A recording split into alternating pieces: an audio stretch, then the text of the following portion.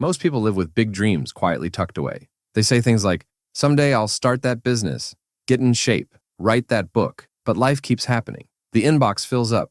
The to-do list never ends. And those dreams, they stay stuck in the back of your mind, not forgotten, just untouched. Because deep down, you don't know how to begin, or worse, you don't believe you'll stick with it even if you do. Still, that dream doesn't die. It shows up late at night when you can't sleep. It whispers when you're bored at work. It's that voice that says, you're meant for more. So you decide, this time I'm going for it. You make a plan, set a goal. You feel inspired until reality hits. Suddenly it all feels too big. The goal is exciting, but terrifying. You overthink, you hesitate, and you freeze.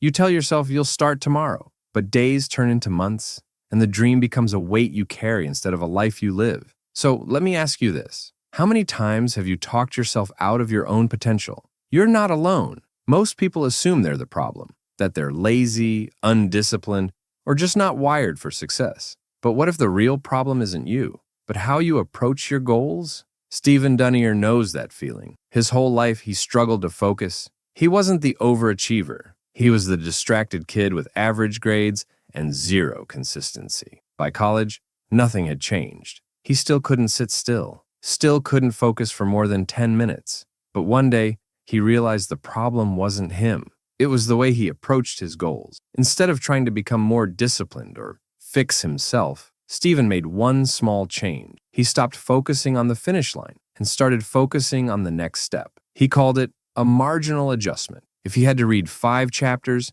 he'd read 1 paragraph. If he needed to get in shape, he didn't obsess over workouts. He just put on his shoes. And that simple shift, it changed everything. Stephen went from an average student to a straight A student. He became a successful hedge fund manager. He learned German while walking to work. He ran marathons, flew helicopters, hiked 33 trails in a year, and even crocheted the world's largest granny square. Yes, really. And broke a Guinness World Record doing it. And he did it all while still being the same person who couldn't focus for more than 10 minutes. Because the power wasn't in who he was. It was in how he approached the journey. So, what if the secret to your biggest goals was just doing something so small it felt almost stupid? Here's the truth Stephen discovered. You don't need more motivation. You don't need to change who you are. You just need to make slightly better decisions, consistently. Just like tennis legend Novak Djokovic. He didn't become #1 in the world overnight. He improved his decision success rate from 49%